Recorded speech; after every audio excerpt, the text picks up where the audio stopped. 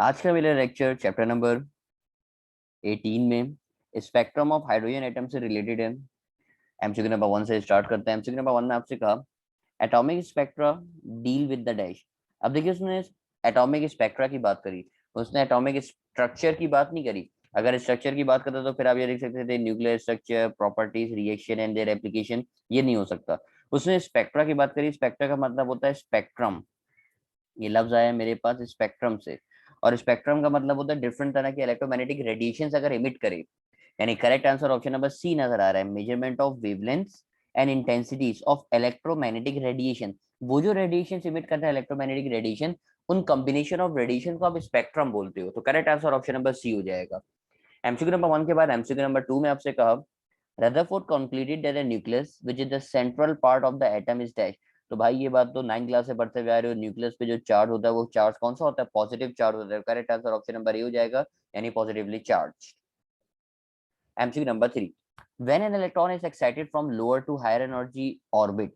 यानी आपका एटम कभी भी अगर लोअर ऑर्बिटल से हायर ऑर्बिटल में जाए, मैं इसको बना के भी दिखा देता हूँ बेटा। आपके पास एक इलेक्ट्रॉन था, लोअर ऑर्बिट में था, यहाँ से जंप करके वो कहाँ पे गया? हायर ऑर्बिट में।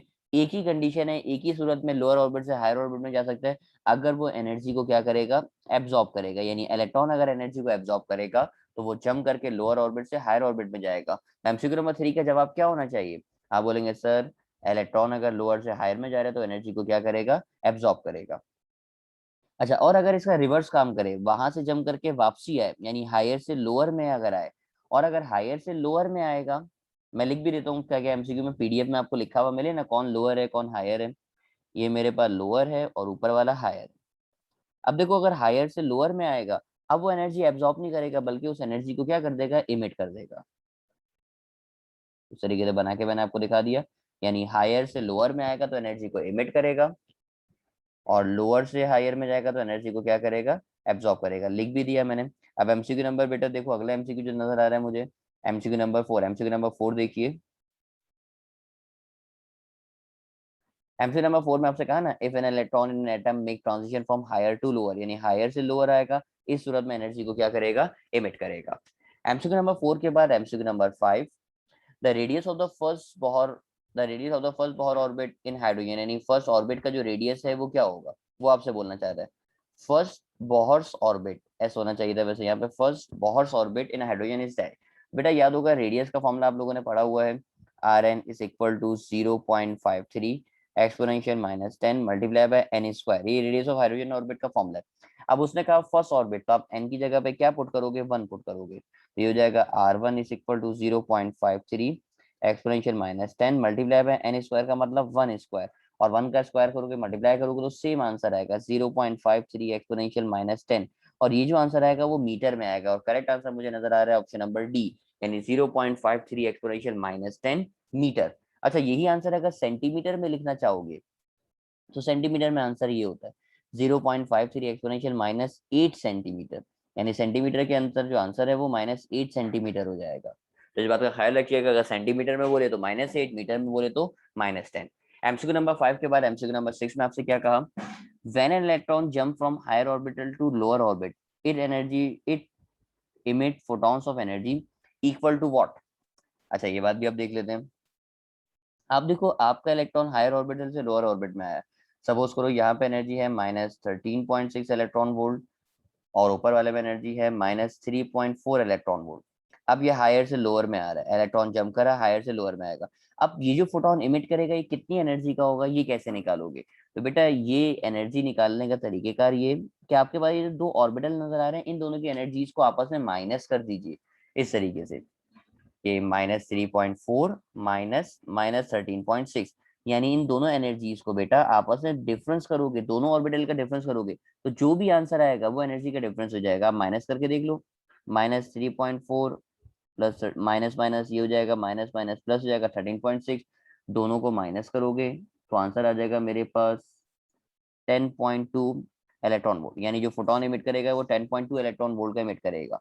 तो correct answer option number A हो जाएगा, यानी difference of the energies in the two orbits. दो ऑर्बिट्स की जो एनर्जी डिफरेंस होता है उसके बराबर होता है।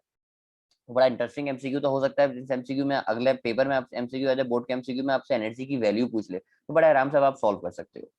एमसीक्यू नंबर 6 के बाद MCQ number 7, the total energy of the electron in an atom. बेटा एनर्जीज में जो टोटल एनर्जी होती है वो दो तरह की एनर्जी काउंट करते हो, एक कहलाती है पोटेंशियल एनर्जी और एक कहलाती है काइनेटिक एनर्जी। तो correct answer option number C है।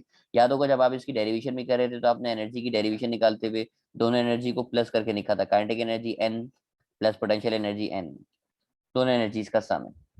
MCQ number 8, the radius of the second orbit in the hydrogen atom is dash.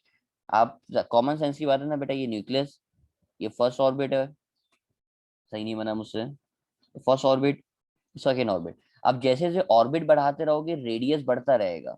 आप बोलेंगे यस सर कॉमन सेंस की तो बात है, जैसे जैसे ऑर्बिट बढ़ेगा रेडियस बढ़ेगा, तो जाहिर सी बात है रेडियस उसने बोला सेकेंड ऑर्बिट का, तो भाई सेकेंड ऑर्बिट का रेडियस ज्यादा होगा, greater than the first orbit. पहला ऑर्बिट छोटा है, पहला ऑर्बिट छोटा है उसका रेडियस कम होगा, सेकेंड ऑर्बिट बड़ा है उसका रेडियस क्या होगा, ज्यादा होगा। Correct answer option number A. MCQ number 8 के बाद एमसीक्यू नंबर 9। एमसीक्यू नंबर 9 में आपसे कहा which of the following transition in hydrogen atom emits the photon of high frequency। अब सवाल में अगर इस बात को आप हाईलाइट करो, बेटा उसने आपसे कहा emits, emit the photon। emit उसी वक्त होता है जब वो हायर से लोअर में आएगा, ये बात तो याद है ना, मैं आपको पहले भी बता चुका अभी एमसीक्यूज के स्टार्ट में। भाई एनर्जी उसी सूरत में emit करेगा जब आपका इलेक्ट्रॉन जंप करेगा हायर ऑर्बिटल से लोअर ऑर्बिटल की तरफ, यानी हायर से जंप करके लोअर की तरफ आएगा तो ये फोटोन को क्या करेगा, emit करेगा। अब देखो ऑप्शन नंबर ए तो नहीं हो सकता, उसने बोला 1 से 2, 1 से 2 जाने का मतलब नीचे से ऊपर जा रहा है, तो ऑप्शन नंबर ए नहीं होगा।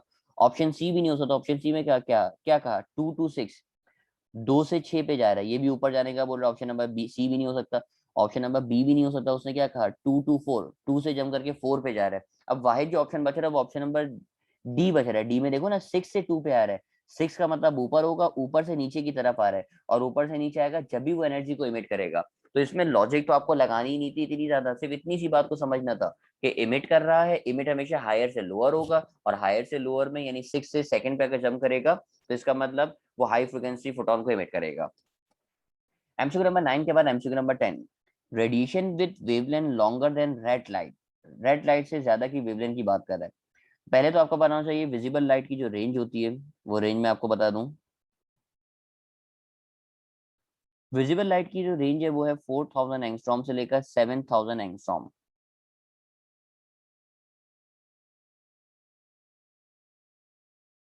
4000 एंगस्ट्रॉम से 7000 एंगस्ट्रॉम। इसमें से भी जो रेड लाइट की वेवलेंथ होती है बेटा वो 7000 एंगस्ट्रॉम वाली होती है, ये रेड लाइट की वेवलेंथ है।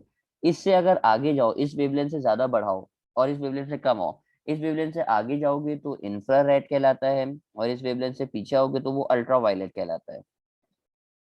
अब आप देख लीजिए उसने आपसे किस चीज की बात करी हुई है, आप लिख लो, लार्जर की बात करी, स्मॉलर की बात करी, देखिए radiation with wavelength longer, longer than the red light. अब देखो रेड लाइट की वेवलेंथ है 7000, आपने 7000 वेवलेंथ से आगे चले गए, 7000 से आगे जाओगे तो कौन सा रीजन मिल रहा है, तो आप बोलेंगे सर इंफ्रारेड रीजन मिल रहा है, यानी करेक्ट आंसर हो जाएगा ऑप्शन नंबर सी मेरे पास, इंफ्रारेड रेडिएशन। एमसीक्यू नंबर 10 के बाद MCQ number 11, radiation with wavelength shorter and violet, violet से अगर शॉर्ट होगा। अब देखो ये 4000 एंगस्ट्रॉम रेड, 7000 एंगस्ट्रॉम रेड था, और 4000 एंगस्ट्रॉम कहलाता है मेरे पास वायलेट। ये छोटी छोटी सी बात है अब आपको याद करनी पड़ेंगी। 4000 एंगस्ट्रॉम वायलेट है। अब वायलेट से अगर शॉर्ट आओगे, शॉर्टर का मतलब होता है वायलेट से पहले। अब अगर वायलेट से सॉरी, शॉर्टर का मतलब उससे पहले आना है, तो वायलेट से पहले, वायलेट का मतलब 4000, तो 4000 में पहले आते हो तो अल्ट्रा वायलेट है, तो correct answer option number D हो जाएगा। तो एमसीक्यू बेटा समझ के जाइएगा, कोई सा भी एमसीक्यू आ सकता है, वेवलेंथ लॉन्गर हो तो रेड से लॉन्गर हो तो इंफ्रारेड, और वायलेट से शॉर्टर हो तो अल्ट्रा वायलेट। एमसीक्यू नंबर 11 के बाद MCQ number 12, for hydrogen atom energy needed to ionization is dash. तो बेटा आंसर है 13.6 इलेक्ट्रॉन वोल्ट। क्यों, क्योंकि हाइड्रोजन का जो फर्स्ट ऑर्बिटल होता है, ये आपने ऑर्बिटल से तरह के ऑर्बिट्स पढ़े हैं ना, n इज इक्वल टू 1, जो पहला ऑर्बिट है उसकी जो एनर्जी होती है वो होती है -13.6 इलेक्ट्रॉन वोल्ट। और आपका जो इलेक्ट्रॉन होता है बेटा वो फर्स्ट ऑर्बिट में मौजूद होता है, तो इलेक्ट्रॉन को यहाँ से निकालने के लिए, इलेक्ट्रॉन को यहाँ से निकाल के इंफिनिटी में भेजने के लिए, यानी एटम से निकालने के लिए जो एनर्जी रिक्वायर्ड है वो एनर्जी मेरे पास 13.6 इलेक्ट्रॉन वोल्ट, क्योंकि इलेक्ट्रॉन फर्स्ट ऑर्बिट में मौजूद होता है, और यहाँ से इलेक्ट्रॉन को निकालने के लिए जो एनर्जी चाहिए वो है 13.6 इलेक्ट्रॉन वोल्ट, यानी correct answer option number C हो जाएगा। एमसीक्यू नंबर 13 जरा देखते हैं। एमसीक्यू नंबर 13 में आपसे कहा the energy required to move an electron from ground state to the higher state. अच्छा ये बात थोड़ी सी समझने वाली है। आपके पास ये ऑर्बिट्स में बना के दिखा रहा हूँ।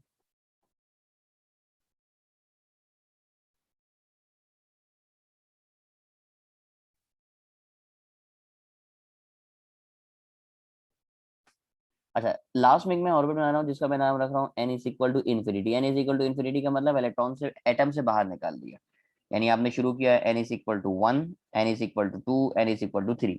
अब आपका इलेक्ट्रॉन अगर ग्राउंड स्टेट में मौजूद है, ये जो स्टेट कहलाती है बेटा, ये स्टेट कहलाती है ग्राउंड स्टेट, जो जमीन की तरफ है। जमीन की तरफ का मतलब जो न्यूक्लियस से सबसे करीब है फर्स्ट, वो ग्राउंड स्टेट। अब ग्राउंड स्टेट से इलेक्ट्रॉन को ऊपर की तरफ भेजने के लिए, टू में भेजने के लिए, आप टू में भेजना चाहो तो टू में भेज दो, टू के बजाय थ्री में भेजना चाहो तो थ्री में भेज दो। अब टू से थ्री में भेजने के लिए जो एनर्जी है, ये एनर्जी कहलाती है एक्साइटेशन एनर्जी। एमसीक्यू नंबर 13 का जो करेक्ट आंसर वो ऑप्शन नंबर ए होगा। पढ़ो ना उसने क्या कहा, energy required to move an electron from ground state to the higher energy state, यानी ग्राउंड से हायर एनर्जी स्टेट में भेजने के लिए जो एनर्जी है वो कहलाएगी एक्साइटेशन एनर्जी। और यही एमसीक्यू 14 पढ़ो। The energy in the electron volt needed to remove the most loosely bound electron from the natural atom। अब रिमूव, रिमूव का मतलब निकाल देना, इलेक्ट्रॉन को हमेशा के लिए निकाल देना। अब अगर आपने इलेक्ट्रॉन को निकाल दिया, निकालने का मतलब होता है आपने उसको इन्फिनिटी में भेज दिया, N is equal to infinity. ये बात भी आपको याद रखनी है कि N is equal to infinity में जाएगा मतलब इलेक्ट्रॉन को निकाल दिया। और इसके लिए जो एनर्जी चाहिए वो एनर्जी कहलाएगी मेरे पास आयनाइजेशन एनर्जी। आयनाइज का मतलब होता है इलेक्ट्रॉन को निकाल देना। कभी आपने पढ़ा होगा ना आयनाइजेशन का लफ्ज, मैं लिख भी देता हूँ। आयनाइजेशन का लफ्ज होता है to remove electron, to remove electron. और अगर इलेक्ट्रॉन को रिमूव करोगे तो उसकी जो वैल्यू होगी वो N is equal to infinity हो जाएगी। यानी उसको आप जहां भेजोगे वो पॉइंट मेरे पास कहलाएगा कौन, N is equal to infinity. यानी करेक्ट जवाब हो जाएगा ऑप्शन नंबर बी, यानी आयोनाइजेशन एनर्जी। एमसीक्यू नंबर 14 के बाद आते हैं एमसीक्यू नंबर 15 की तरफ। एमसीक्यू नंबर 15 में आपसे क्या कहा, एमसीक्यू नंबर 15 में वैल्यू आपको दे रहा है the value of the Rydberg constant is dash. तो रेड बर्ग कांस्टेंट जो हमने वेवलेंथ का फॉर्मूला पढ़ा है, 1 upon lambda is equal to 1.097 exponential 7, 1 upon N I square minus 1 upon N F square. ये फॉर्मूला वेवलेंथ का आप तमाम लोगों ने पढ़ा है। इस वेवलेंथ के फॉर्मूले में ये जो कांस्टेंट लिखा हुआ नंबर नजर आ रहा है 1.097 एक्सपोनेंशियल 7, बेटा ये जो वैल्यू है मेरे पास, ये वैल्यू कहलाती है मेरे पास रेड बर्ग कांस्टेंट, और इसको आर एच से लिखते हो, आर एच यानी रेड बर्ग कांस्टेंट। करेक्ट आंसर बेटा देख लो इसका क्या नजर आ रहा है।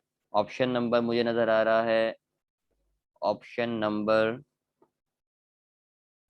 मिलता जुलता लग रहा है, वो ऑप्शन नंबर बी लग रहा है। 1.079 लिखा हुआ है, ये 079 नहीं बल्कि 097 होना चाहिए।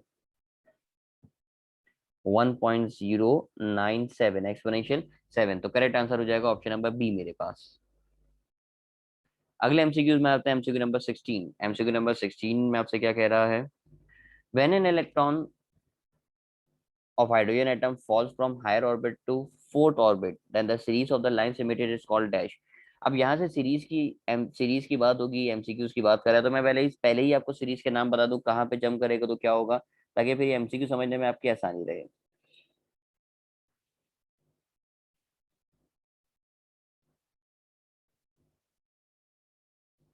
बेटा अगर वो जंप करेगा एन इज इक्वल टू 1 में, अगर वो जंप करेगा एन इज इक्वल टू 1 पहले पे जंप करेगा तो सीरीज का नाम आप रखोगे लाइमन सीरीज। अगर वो जंप करेगा सेकंड पे तो इस सीरीज का नाम रखोगे आप बाल्मर सीरीज। ये अब याद रखना है, फर्स्ट पे जंप करेगा तो लाइमन, सेकंड पे जंप करेगा बाल्मर, अगर वो थर्ड पे जंप करेगा तो कहलाता है पैसियन, अगर वो फोर्थ पे जंप करेगा तो बेटा वो कहलाता है मेरे पास ब्रैकेट, और अगर जंप करेगा फिफ्थ पे तो ये कहलाता है मेरे पास पी फन। बस ये 5 सीरीज तक ही आपको पढ़ना है, Lyman Balmer Paschen Brackett Pfund. कहीं से भी जंप कर सकता है।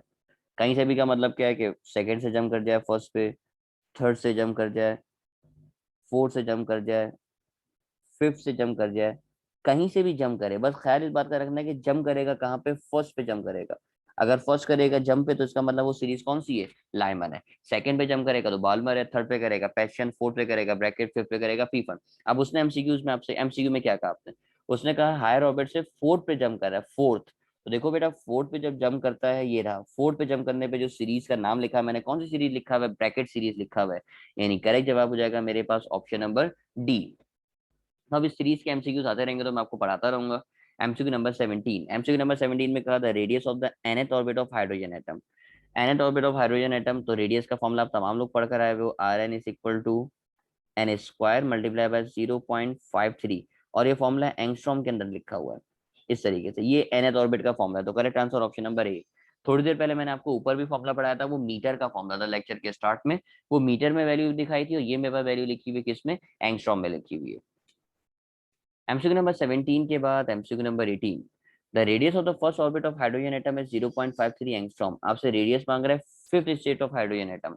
अब देखो वही फॉर्मूला जो मैंने भी थोड़ी देर पहले आपको पढ़ाया, R N is equal to 0.53 exponential, अच्छा माइनस एन तो नहीं आएगा क्योंकि आप एंगस्ट्रॉम की बात कर रहे हो, तो एन स्क्वायर वाला डायरेक्ट फॉर्मूला लिखते हैं, ऊपर लिखा हुआ था ये रहा, ये लिखा हुआ फॉर्मूला मैं इसी को देख के लिख देता हूँ, R N is equal to N square multiply by 0.53 angstrom.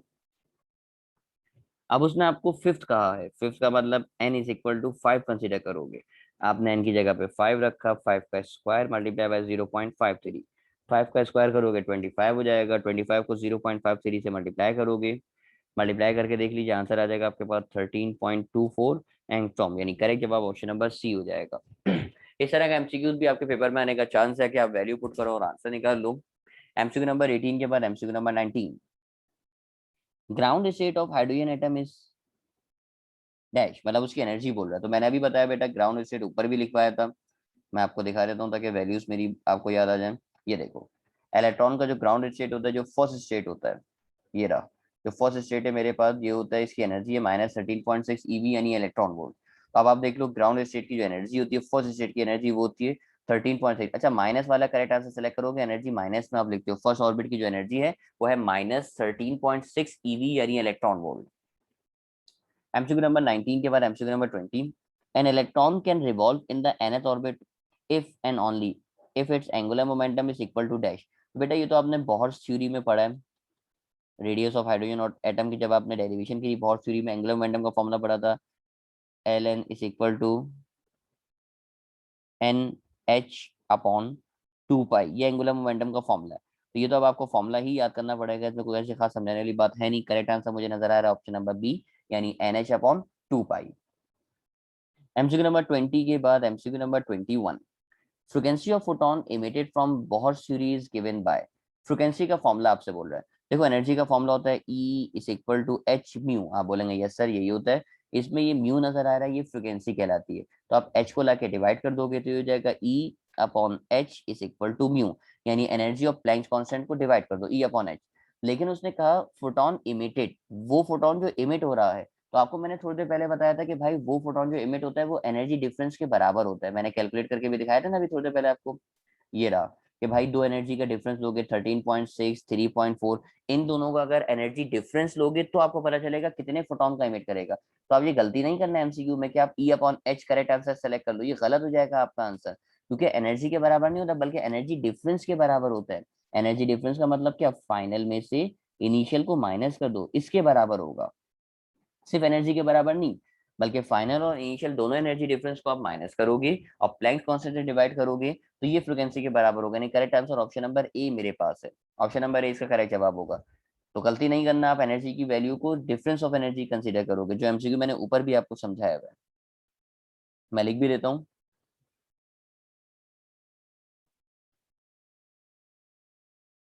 Difference of energy of two orbits, ये इसके बराबर होगा। एमसीक्यू नंबर 21 के बाद MCQ number 22, linear and angular momentum of electron of hydrogen atom is linked by dash. तो बेटा correct answer इसका Planck's constant है, दोनों मोमेंटम को आपने प्लैंक्स कांस्टेंट की मदद से लिंक किया हुआ है। आपने स्टेटमेंट पढ़ी ना, L N is equal to N H cut, ये फॉर्मूला पढ़ा, और फिर एल एन का आपने एंगुलर मोमेंटम का फॉर्मूला लिखा था आपने, L N is equal to M V R. तो अब इसमें जिन दोनों इक्वेशन को जो लिंक कर रहा है वो प्लैंक्स कांस्टेंट लिंक कर रहा है, correct answer option number C है, कोई खास समझने वाली बात है नहीं, इसी बात को मैं आगे प्रोसीड करूंगा। 22 के बाद 23, when electron jump from ground state to the excited state its energy dash.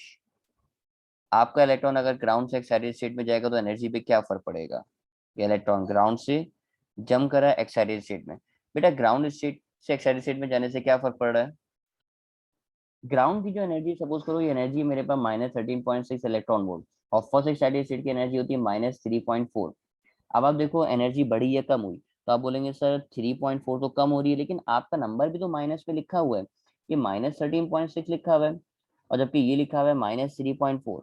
तो -13.6 से -3.4, माइनस में वैल्यू जितनी छोटी होती है उतनी बड़ी कंसिडर की जाती है। पढ़ा है ना आपने कि माइनस में जितनी बड़ी वैल्यू होगी उतनी छोटी होगी, और जितनी छोटी वैल्यू होगी वो उतनी बड़ी कंसिडर की जाती है। तो -3.4 माइनस में लिखी हुई है, इसका मतलब नंबर तो छोटा है 3.4, लेकिन माइनस में, इसका मतलब बड़ी वैल्यू कंसिडर की जाएगी। यानी आपका इलेक्ट्रॉन अगर ग्राउंड से एक्साइटेड स्टेट में जाएगा तो उसकी एनर्जी बढ़ेगी। क्यों बढ़ेगी? क्योंकि माइनस में नंबर जितना छोटा होता है उतना बड़ा कंसिडर किया जाता है। यानी correct answer option number B है, यानी उसकी एनर्जी बढ़ेगी यानी इंक्रीज होगी। आगे बढ़ते हैं। एमसीक्यू नंबर 24 में आपसे क्या कहा? एमसीक्यू नंबर 24 में कह रहा है as we move to higher energy state in hydrogen atom, the difference of energies of electron in successive atom orbits dash. अब ये एमसीक्यू जरा समझने वाला है।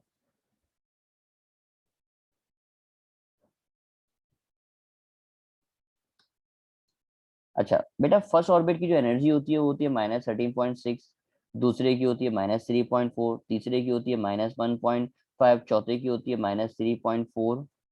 अब आप देखो, आप जैसे जैसे ऊपर की तरफ जाते जा रहे हो, एनर्जी का जो डिफरेंस है आपस में, नहीं -3.4 नहीं, मैंने मिस्टेक कर दी, शायद -0.85 होती है, शायद मुझे एग्जैक्टली याद भी नहीं आ रहा। हाँ, -0.85।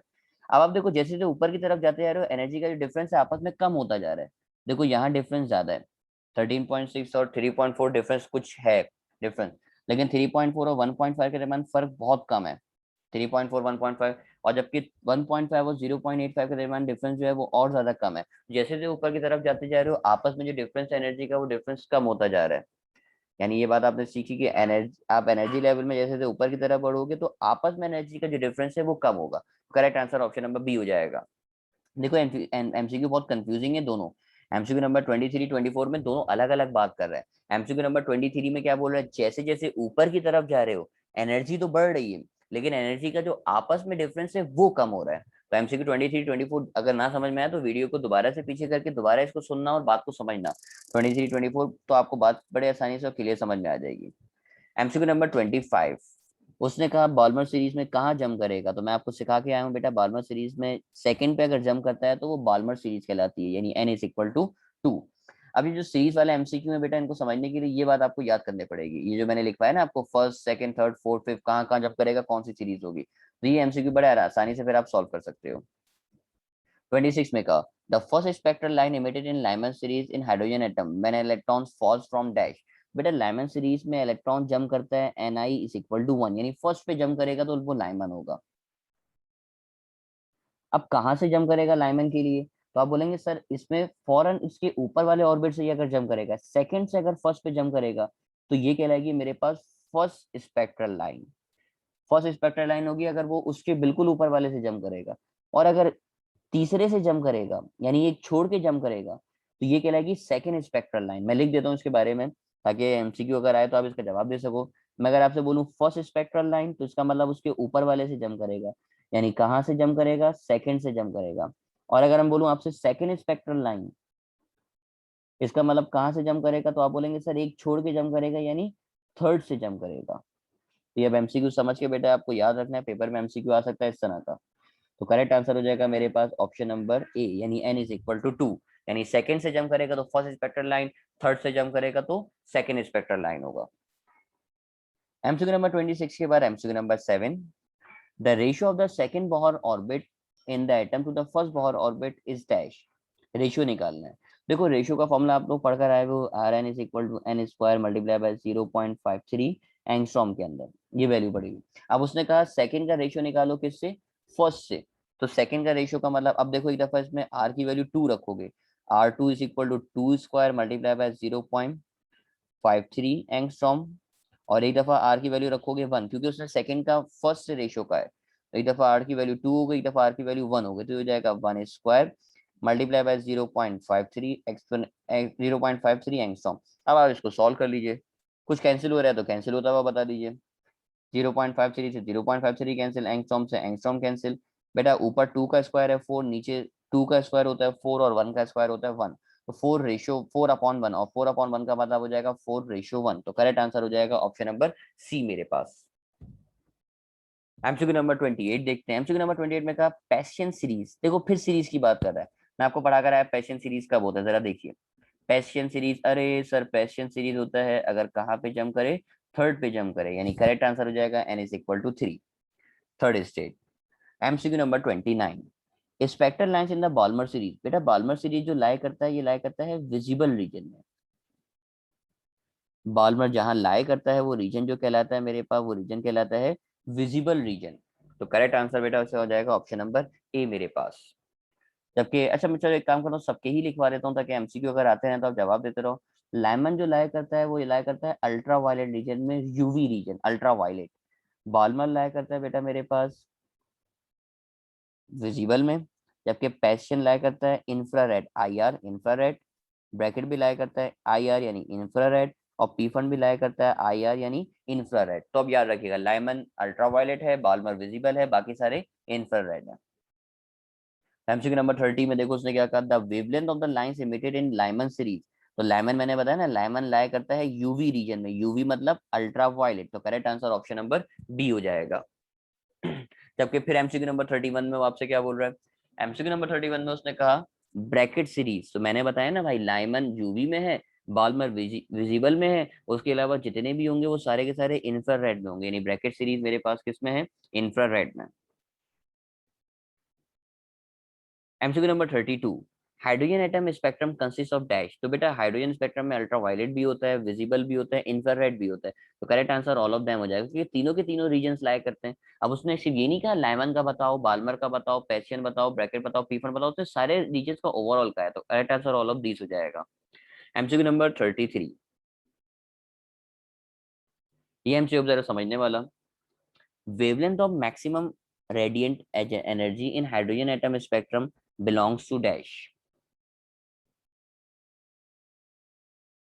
अब आप बात को भी समझने की कोशिश करना जरा। मैं अगर इसको ऐसे भी लिख के दिखाऊं, विजिबल लाइट पहले विजिबल रीजन होता है, विजिबल से कम वेवलेंथ पे आते हो तो याद है ना, ये होता है अल्ट्रा वायलेट, और आगे जाते हो तो फिर क्या होता है, इंफ्रारेड होता है। किसकी एनर्जी ज्यादा होती है, बेटा एनर्जी के हिसाब से अल्ट्रा वायलेट की ज्यादा एनर्जी होती है, मोर एनर्जी यानी मैक्सिमम एनर्जी या मोर एनर्जी है बाकी के मुकाबले में। सबसे कम जो होती है एनर्जी वो किसकी होती है, लेस एनर्जी, इंफ्रारेड की होती है लेस एनर्जी। पहले तो छोटी छोटी सी बातें जरा समझो। अल्ट्रा वायलेट मोर एनर्जी यानी ज्यादा एनर्जी अल्ट्रा वायलेट की होती है, इंफ्रारेड की कम एनर्जी होती है। उसने आपसे कहा मैक्सिमम एनर्जी, तो आप बोलेंगे सर मैक्सिमम एनर्जी जिस रीजन में लाई करता है वो रीजन है अल्ट्रा वायलेट, क्योंकि अल्ट्रा वायलेट में ज्यादा एनर्जी होती है। और अल्ट्रा वायलेट में जो रे लाई करती है, वो जो जो सीरीज है, वो सीरीज कौन सी कहलाती है मेरे पास, वो सीरीज कहलाती है लाइमन सीरीज, यानी correct answer option number C हो जाएगा। बात को समझना है जरा। उसने कहा maximum radiant energy, maximum radiant energy, maximum energy जो होती है वो अल्ट्रावायलेट में होती है, अल्ट्रावायलेट की जो सीरीज होती है वो लाइमन सीरीज। इतनी बात ना याद रहे तो आप इसको डायरेक्ट शॉर्ट पॉइंट के एमसीक्यूज कर रहे हो ना, एमसीक्यूज में थोड़ी उसको समझाना है, तो शॉर्ट पॉइंट के तौर पे याद कर लो, की पॉइंट बना लो कि भाई मैक्सिमम रेडिएंट एनर्जी हमेशा होती है लाइमन सीरीज में। जबकि एमसीक्यू नंबर 34 में बोल रहे हैं wavelength of minimum radiant energy, minimum मतलब कम से कम, तो मैक्सिमम होती है लाइमन में और कम से कम हो जाएगी आपके पास किसमें, पी फंड के अंदर। तो ये अब आपने की पॉइंट बना लिया कि भाई मैक्सिमम होगी लाइमन में और मिनिमम होगी किसमें, पी फंड में होगी। एमसीक्यू नंबर 34, 33, 34 पे अब आपको आसान लगेंगे। 34 के बाद आगे बढ़ते हैं MCQ number 35। In hydrogen atom spectrum longest wavelength of radiation belongs to dash. अब उसने वेवलेंथ लॉन्गेस्ट बोली। अब आपने एक फॉर्मूला पढ़ा हुआ है, एनर्जी और वेवलेंथ का आपस में रिलेशन होता है inverse, E is equal to H C upon lambda. अब फॉर्मूले के मुताबिक जो उसने आपसे बात करी, फॉर्मूले में जो आपसे बात कर रहा है, देखो ना उसने एमसीक्यू में कहा लॉन्गेस्ट वेवलेंथ, लॉन्गेस्ट वेवलेंथ का मतलब वेवलेंथ ज्यादा से ज्यादा। अब एनर्जी और वेवलेंथ का आपस में रिलेशन इनवर्स है। अगर वेवलेंथ ज्यादा है तो उसकी एनर्जी क्या होगी, कम होगी। बेटा समझने वाली बात है, दोनों का आपस में रिलेशन इनवर्स है। उसने कहा लॉन्गेस्ट वेवलेंथ, लॉन्गेस्ट वेवलेंथ का मतलब वेवलेंथ ज्यादा से ज्यादा। अगर वेवलेंथ ज्यादा से ज्यादा तो एनर्जी कम से कम, और एनर्जी कम से कम तो आप अभी एमसीक्यू नंबर 34 पढ़कर आए ना, उसने क्या कहा, मिनिमम रेडिएंट एनर्जी, मिनिमम मतलब कम से कम। तो कम से कम एनर्जी कौन सी सीरीज में होती है, आप बोलेंगे हाँ सर कम से कम एनर्जी होती है मेरे पास कौन सी सीरीज में, पी फंड सीरीज में, यानी करेक्ट जवाब हो जाएगा लॉन्गेस्ट वेवलेंथ के लिए कौन सी सीरीज, पी फंड सीरीज। ये बात आप समझने वाली है, इस तरीके से इसको समझना है। इससे रिलेटेड मेरे ख्याल में एमसीक्यू नंबर 35 ही है, 36 नहीं है। अच्छा, अब मैं आपसे अगर कहता कि लॉन्गेस्ट के बजाय शॉर्टेस्ट वेवलेंथ कहता,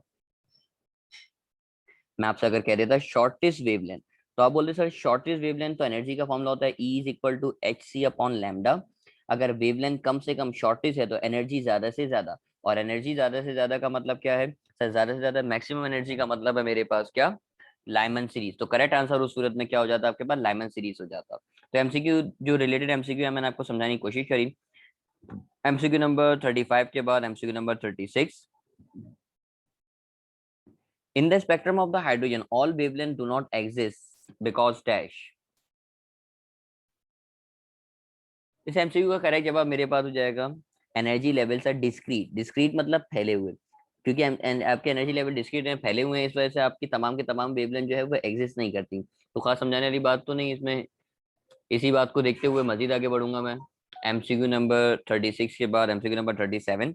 max Planck is well known because of his energy quantization, क्योंकि मैक्स प्लैंक ने आपने प्लैंक्स लॉ दिया था जो आपके पास एनर्जी क्वांटाइजेशन का मतलब, जिसको आप क्वांटम थ्योरी भी बोलते हो, जिसको आप बोलते हो क्वांटम थ्योरी, कि आपका जो फोटोन है वो स्मॉल एनर्जी पैकेट्स की सूरत में है।